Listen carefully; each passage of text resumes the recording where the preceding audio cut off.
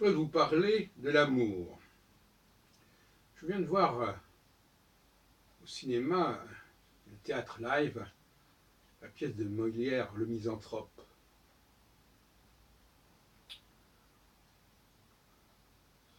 Et je crois que je n'avais jamais pris connaissance de cette pièce. Et je la trouve remarquable dans son étude des sentiments, car c'est une pièce sur l'amour en fait. Le misanthrope est un personnage qui est saisi par l'amour, justement. Il paraît que c'est un autoportrait de Molière. C'est un personnage qui est très rigoureux, très rigide par rapport au monde, très exigeant, et qui en même temps est très indulgent quelque part envers les femmes. Il y a là une contradiction. Je crois que cette contradiction, elle est propre à tous les hommes en fait. Et je félicite Molière, qui il y a 300 ans et quelques, écrivait cette pièce. Il savait de quoi il parlait d'ailleurs, je pense. Cette Célimène, qui est capable de tout, qui est capable de comportements étranges, qui courtise beaucoup d'hommes en fait, et qui a surtout la langue très bien pendue, et très critique, très agressive quelque part, très moqueuse. Cette Célimène, eh bien ce misanthrope, il cède à ses charmes. On lui fait comprendre, on lui dit mais pourquoi est-ce que tu t'intéresses à cette femme qui représente tout ce que tu abordes par ailleurs. Et je crois que c'est très intéressant. Cette réduction, en quelque sorte, de l'homme qui, par amour, est capable d'aller à l'encontre de ses principes. On pense d'ailleurs à François Fillon à ce sujet. On pense probablement à d'autres personnages comme DSK, probablement, comme François Mitterrand lui-même, comme Kennedy, probablement aussi. Des hommes qui ont fait des folies pour les femmes,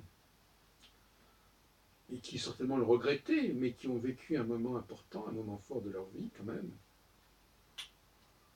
Et donc, le paradoxe, c'est que ce misanthrope, très, très exigeant envers les hommes,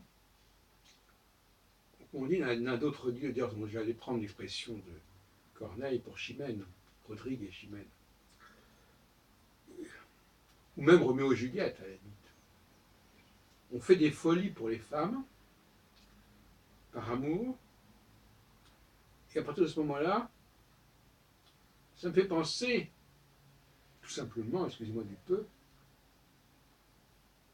à l'amour du Père ou du Fils. Je veux dire, les dieux, l'amour des dieux pour les hommes. Ces dieux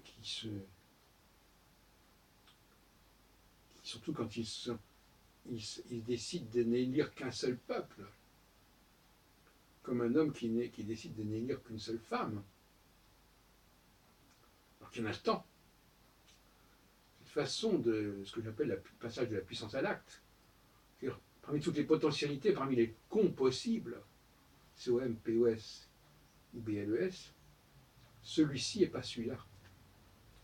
Et ça, c'est insupportable. Une des causes de l'antisémitisme et de l'antijudaïsme, c'est justement ce fait insupportable. Pourquoi Dieu aurait-il choisi un certain peuple? Dieu le Père, mais même Dieu le Fils. Et ce n'est pas être chrétien que de parler du Fils de Dieu, car pour moi, il est évident que Yahvé, comme on l'appellera, est le Fils de Dieu, et que Jésus est le frère de Yahvé. Bon, c'est un autre sujet. Mais effectivement, pour revenir à l'astrologie, les phases oméga sont des phases où l'homme reprend conscience de ce qu'il doit faire et ne pas faire. Et en phase de conjonction, en phase alpha, il se laisse souvent envahir, emporté par son amour pour une certaine femme, dont il n'arrive pas à se dégager, ce qui devient obsessionnel. Et donc, ce caractère obsessionnel, il tend à s'estomper dès lors que la phase alpha se dissout, se dissipe, pour laisser la place à ce que j'appelle la phase oméga. Mais, encore une fois, je voulais surtout saluer l'analyse particulièrement pointue que fait Molière. D'ailleurs, le nom misanthrope pour désigner cette pièce de théâtre est assez mal trouvé, je dirais, d'une certaine manière. Ça pourrait être mieux. En tout cas, celui qui n'a pas vu la pièce ne peut pas se douter de son contenu. C'est une très belle pièce sur l'amour des hommes les plus purs, les plus exigeants, et qui malgré tout peuvent tomber sous le pouvoir d'une femme, en dépit de tout ce qu'on peut leur reprocher et lui reprocher. C'est à méditer en ces jours actuels.